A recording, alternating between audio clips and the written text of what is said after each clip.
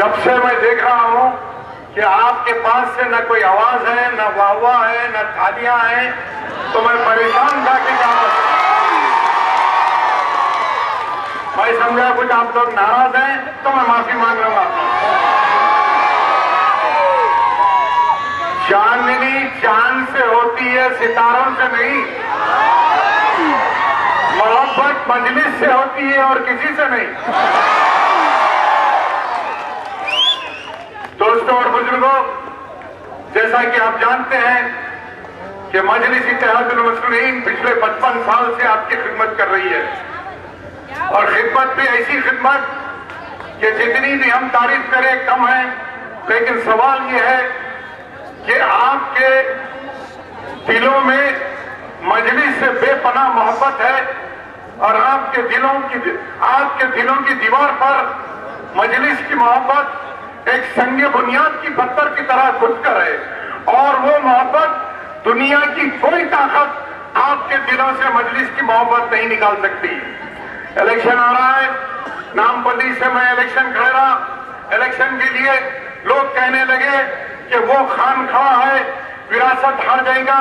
लेकिन यकीन जानिए, आपकी फिरासत, आपकी मोहब्बत, आपका जोश, आपकी दूरअंदेशी और आपकी बेपनाह मोहब्बत का नतीजा है कि आज मैं आपके स्टेज पर नामपल्ली का एमएलए बनकर खड़ा हूं। और आने वाले इलेक्शन में आज तक 5 साल तक कोई पानी का टैंकर नहीं दिखा। 6 महीने पहले पानी के टैंकर निकलते हैं, बॉडी का पानी लाकर लोगों को पिलाते हैं, और इसमें 3 पुतले उठे हुए हैं, एक काली दाढ़ी, 2 बगैर दाढ़ी के। लेकिन आप गौर से ये बात सुनिए, थोड़े ही दिन में वो टैंकर के 3 मुंडों की जो है पेंटिंग दूसरे मुंडे आ जाएंगे उस पर। एक रहेगा सफेद दाढ़ी वाला, एक रहेगा फ्रेंच कट दाढ़ी वाला, और एक रहेगा काली दाढ़ी वाला। तब आप लोग समझ सकते हैं कि ये टैंकर पे जो 3 मुंडियां आप चल रहे हैं, एक 10-15 दिन में वो 3 मुंडियां बदल के दूसरे 3 मुंडियां आने वाले। आप लोग पढ़े लिखे हैं, आजकल जमाना इलेक्ट्रॉनिक मीडिया, आजकल 21st सेंचुरी कंप्यूटर एज का है। आप लोगों को समझाने और बोलने की जरूरत नहीं है। आप लोगों को बेपनाह मजलिस से मोहब्बत थी, है और आगे भी रहने वाली है। मैं 2 बातें आपसे कहकर चाहता हूं। सदर मोहतरम सालार मिल्लत ने अपनी पूरी जिंदगी लगा दी है आप लोगों की कौम और मिल्लत की खिदमत करने में, और हम एमएलए, हमारे काउंसलर्स, हमारे इब्तिदाई सुदूर मतमुद्दीन हर वक्त आपके लिए मौजूद है। हर बूथ वाइज जो है हमारे इब्तिदाई सुदूर मतमुद्दीन आपके महलों में है।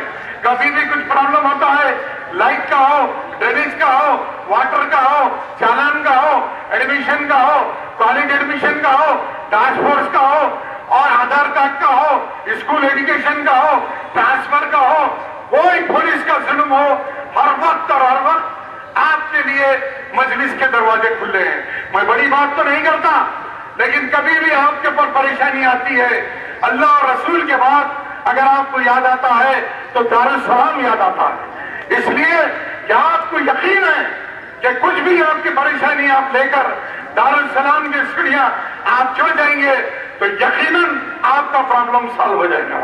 ये कब आपके दिल में आया, ये कब आपके दिल में ये बात बैठी, ये इसके लिए कई साल लग गए। मुसलसिल मजलिस के पार्टी, मजलिस के सुदूर मतमुद्दीन, कॉर्पोरेटर्स, एमएलएस, एमपी साहब मुसलसिल मेहनत किए, तो आज आपके लोगों, आपके दिलों में ये आपको यकीन है कि हमको कोई परेशानी भी आएंगी तो हमारे दारुल सलाम के दरवाजे खुले हैं, और इंशाअल्लाह ताला हमको जो है दारुल सलाम में जो भी बैठे हैं, सदर मोहतरम हैं, एमएलए हैं, कॉर्पोरेटर्स हैं, आपकी मदद करेंगे। आप जैसा कि जानते हैं कि सालार बहुत परेशानियां उठाए पार्टी को बढ़ाने के लिए। वो एक काउंसलर थे, फिर वो एक एमएलए थे, उसके बाद एक एमपी बने। लोग कहने लगे कि भाई ये असदुद्दीन सलाउद्दीन ओवैसी साहब पार्लियामेंट में जाएंगे तो एक एमपी क्या काम करेंगे।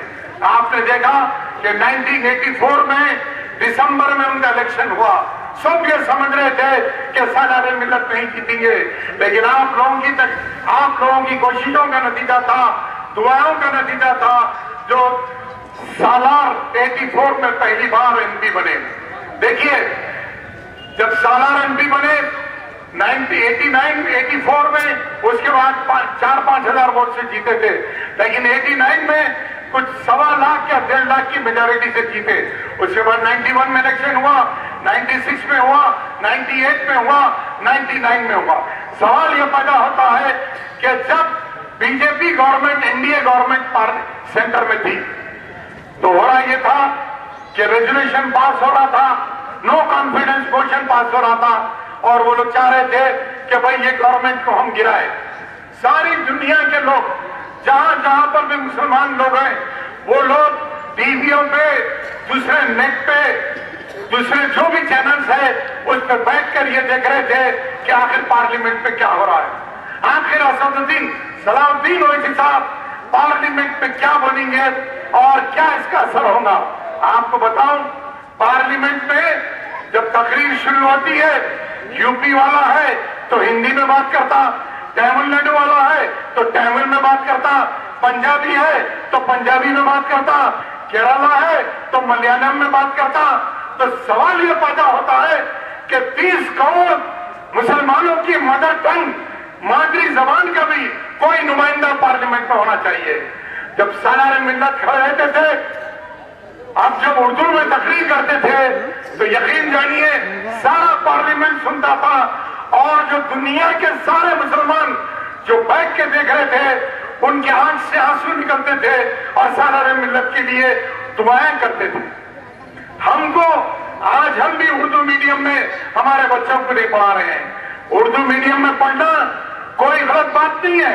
आप तमिलनाडु जाइए, तमिलनाडु में जाकर स्टेशन से उतरिए, स्टेशन से उतरकर किसी को महल्ले का नाम पूछिए, आप इंग्लिश में पूछिए, उर्दू में पूछिए, हिंदी में पूछिए, वो तमिलनाडु वाला तमिल में ही जवाब देगा।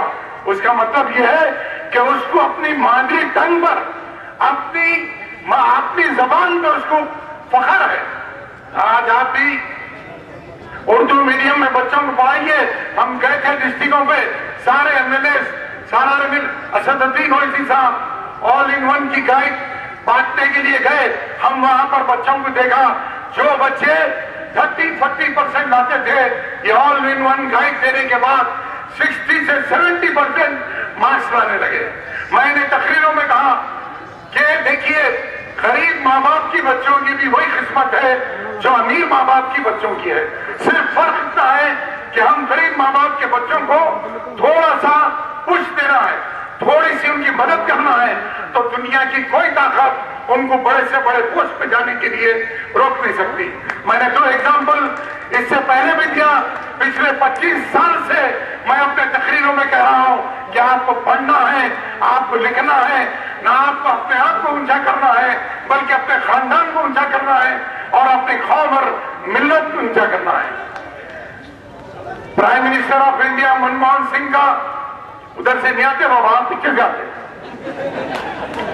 सदर मुल्क जो भी कायदीन आना है पीछे से आते। सुनिए, आपको मालूम होना चाहिए कि प्राइम मिनिस्टर मनमोहन सिंह का हार्ट का ऑपरेशन हुआ। हार्ट का ऑपरेशन हुआ तो 12 डॉक्टर्स का ग्रुप बनाया गया। उससे सबसे बड़े डॉक्टर का नाम था कृष्णामूर्ति। ऑपरेशन हुआ, ऑपरेशन कामयाब हुआ, बाईपास सर्जरी हुई, तो सारे इलेक्ट्रॉनिक मीडिया और पेपर वाले कृष्णामूर्ति से पूछने लगे कि भाई आप जो है इतने बड़े पोस्ट पे पहुंच गए कि प्राइम मिनिस्टर की टीम, डॉक्टर्स की टीम के आप चीफ हैं और उनका बाईपास सर्जरी का आप ऑपरेशन कराए, बताइए कि कहां पढ़े आप, क्या क्या डिग्रियां हैं। तो कृष्णामूर्ति ने कहने लगा कि मैं गरीब खानदान से ताल्लुक रखता हूं, मैं अपनी डिग्री में एमबीबीएस की हासिल करने के लिए मैं 3 किलोमीटर जाता था और 3 किलोमीटर वापस आता था। आप आज ने देखा कि ऊपर वाला आज उनको कहां से कहां लेके गया। अगर हम गरीब हैं तो हमको मायूस नहीं होना है, हमको ये इंफीरियरिटी कॉम्प्लेक्स आप लोगों में नहीं आना है। आप मेहनत करिए, आप जिद्दोजहद करिए, मजलिस का साथ दीजिए, इंशाअल्लाह आपको दुनिया की कोई ताकत आगे बढ़ने से नहीं रोक सकता। आज मजलिस है, आपके पास डेवलपमेंट हुआ, हम देख रहे हैं। मुझे आज पार्टी में आकर 30 साल हो गए। हमारे पास ट्यूबलाइट थी, उसके बाद मर्क्यूरी लाइट आई, उसके बाद हाई मास्ट आई। हमारी कोई गली, कोई रोड, कोई मोहल्ला ऐसा नहीं था जहां पर खराब रोड थे। ड्रेनेज 24 घंटे बहता था, पानी के लिए लोग तरसते थे। और आज देखिए कहां से कहां आपके महल्ले चले गए, आपके महल्ले गए, डेवलपमेंट हुआ, रोड वाइडनिंग्स हुए, आपके कारोबार बढ़े, आप तरक्की करते गए। जिसके घर कबीली के थे, जिसके घर टीन के थे, आज आरसीसी बन गए, ग्राउंड फ्लोर बना, फर्स्ट फ्लोर बना, सेकंड फ्लोर बना, थर्ड फ्लोर बना। टाउन प्लानिंग के ऑफिसर मुझसे कहते हैं, साहब आपके महलों में हमारी तो नो एंट्री है और वहां पर 3-3, 4-4 मंजिल बन रहे। तो मैंने उनसे कहा, आज नहीं, जब तक टाउन प्लानिंग रहेंगी हमारे महलों में तुम्हारी नो एंट्री रहेगी। दोस्तों और बुजुर्गों, मजलिस का साथ दीजिए, मजलिस का साथ दीजिए, मजलिस के हाथ मजबूत करिए।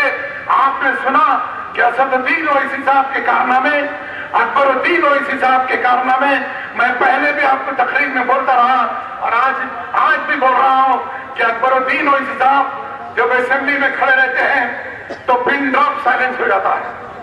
और अगर कोई हेल्थ का प्रॉब्लम है तो अकबरुद्दीन ओवैसी साहब कुछ दवाखानों के प्रॉब्लम के लिए खड़े रहते हैं, तो रूल ये है कि हेल्थ मिनिस्टर उनको जवाब दे रहा है। अगर होम डिपार्टमेंट, पुलिस का कोई प्रॉब्लम है तो रूल ये है कि होम मिनिस्टर असेंबली में खड़े रहकर अकबर साहब का जवाब देना। चाहे कोई भी मिनिस्ट्री का हो, पावर का हो, तो मिनिस्टर जवाब देना। लेकिन आपके और हमारे, अल्लाह उनको उम्र दे, सेहत दे, जब उन्हों खड़े रहते हैं तो आपको मालूम है कौन जवाब देता है? उन्हों जब खड़े रहते हैं तो finance minister, power minister, health minister, municipal administration minister कोई जवाब नहीं देता।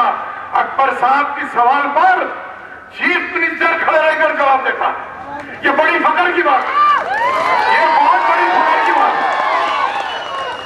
कोई फ्लोर लीडर के लिए चीफ मिनिस्टर नहीं खड़े रहता है और अकबर साहब खड़े रहकर बोलते हैं कि हमारे मुसलमानों के लिए ये होना, ये चीज होना, तो सीएम खड़े रहकर यस बोलता है। तो आपको रूल बताऊं कि फ्लोर ऑफ द हाउस पर जब सीएम मानता है कोई चीज को तो वो जियो में जो है कन्वर्ट हो जाती है। परसों तेलंगाना पर डिस्कशन चला, आप लोग देखे होंगे टीवी पर। तेलंगाना की बात हो रही है तो तेलंगाना पे क्या इंजस्टिस हुई, आंध्रा वाले क्या करे, ये बोलना चाहिए। लेकिन हमारे धोती पहने वाले आके खड़े रहकर तेलंगाना को भूल गए, सीमांध्रा को भूल गए, निजाम को पकड़ लिए। अरे निजाम की बादशाहत 1948 में खत्म हो गई, आंध्रा मिला 56 में। तो सवाल यह पैदा होता है कि इसमें बीच में निजाम साहब कहां से आ गए? हम लोग एमएलए गए, स्पीकर करें गड़बड़ करे, अकबर साहब आ गए। जब अकबर साहब की तकरीर हुई तो यकीन जानिए जितने भी बाकी स्पीकर थे जो निजाम के बारे में बोलने वाले थे, सब कागज फाड़ दिए, बोले आप हम नहीं बोल सकते। अकबर साहब की स्पीकर। दोस्तों और बुजुर्गों, आप एनडीटीवी देखते हैं, टाइम्स नाउ देखते हैं, स्टार टीवी पे देखते हैं, तो ये गौर करिए कि हिंदुस्तान के सबसे काबिल आदमियों को वो डिबेट में बुलाया जाता है। गौर करिए ये बात क्या, तो टाइम्स नाउ पे, स्टार टीवी पे, एनडीटीवी पर या कोई भी चैनल पे, नेशनल चैनल्स पे आप देखते हैं, कब कोई सब्जेक्ट पे बजट होता है, कोई सब्जेक्ट पे डिस्कशन होता है, तो बड़े से बड़े काबिल आदमी को बुलाते हैं।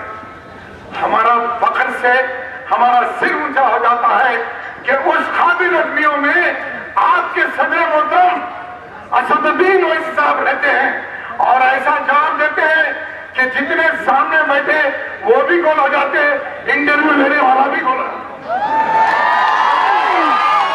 दोस्तों और बुजुर्गों, मजलिस एक पारस है, पत्थर पे हाथ रखती है तो सोना बन जाता है, कौवे को हाथ बताती है तो جاتی ہے اور امواس کی رات کو ہاتھ بٹاتی ہے تو 14ویں کا چاند نظر آتا ہے.